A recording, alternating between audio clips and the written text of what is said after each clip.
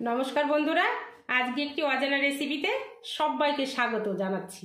তো বন্ধুরা চলুন তবে রান্নাটা শুরু করা যাক। দেখুন আমি কড়াইটা বসিয়ে দিয়েছি, আর এখানে আমি দুটো পানি কচু পিস পিস করে কেটে লবণ হলুদ মেখে রেখেছি। তো চলুন রান্নাটা শুরু করি। কচুগুলো আমি ভেজে নেব। দিয়ে দেবো কড়াইয়ে সাদা তেল।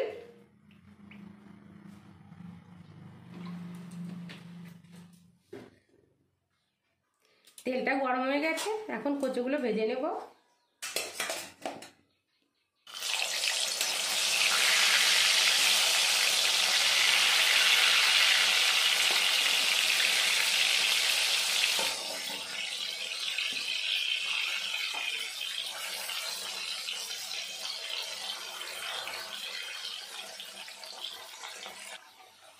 দু মিনিট মতো ঢেকে দেব। ঢাকনাটা তুলে নেব। কচুগুলো উল্টে পাল্টে দেব।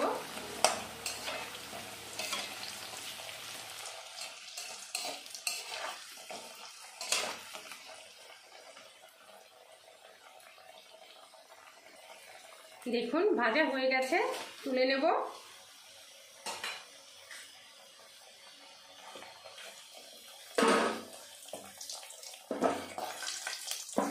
বাকি কচুগুলো আমি একইভাবে ভেজে নেব।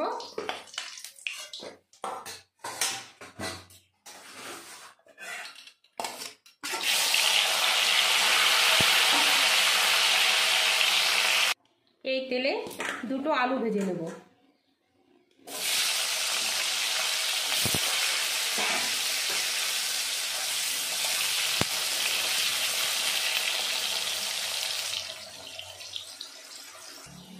আলুগুলো ভেজে নিয়েছি, তুলে নেব।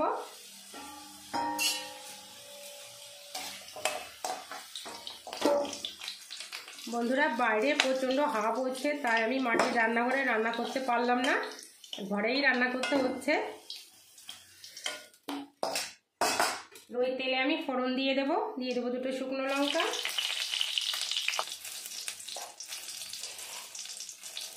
গোটা জিরে,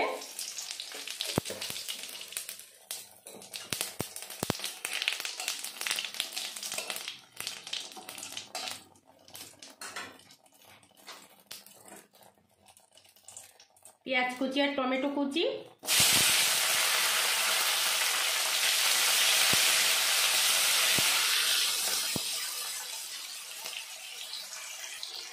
পেঁয়াজ আর টমেটোটা ভাজা ভাজা করে নিয়েছি। এখন দিয়ে দেবো বেটে রাখা আদা আর রসুন।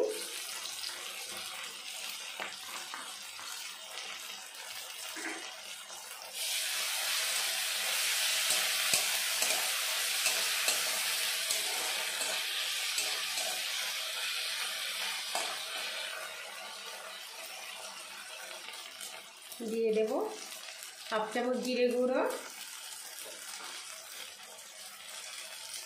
হাফ চামচ ধনে গুঁড়ো, এক চামচ কাশ্মীরি লঙ্কা গুঁড়ো,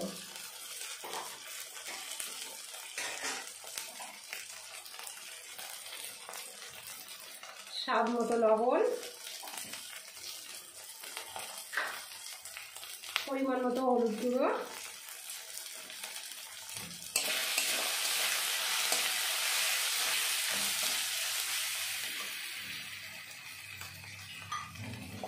সামান্য একটু জল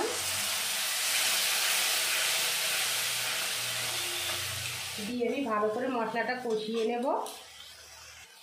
দেখুন মশলাটা আমি ভালো করে কষিয়ে নিয়েছি, মশলার কাঁচা গন্ধটা চলে গেছে। এখন আমি দিয়ে দেবো ভেজে রাখা আলু।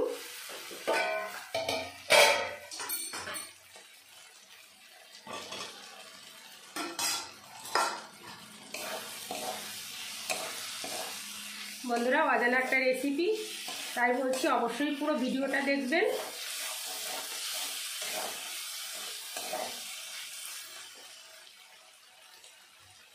এবার দিয়ে দেবো পরিমাণ মতো জল। জলের পরিমাণটা কম দিতে হবে, কারণ এটা পুরো মাখা মাখা হবে। দিয়ে দেবো ভেজে রাখা পানি কচু বা জল কচুগুলো।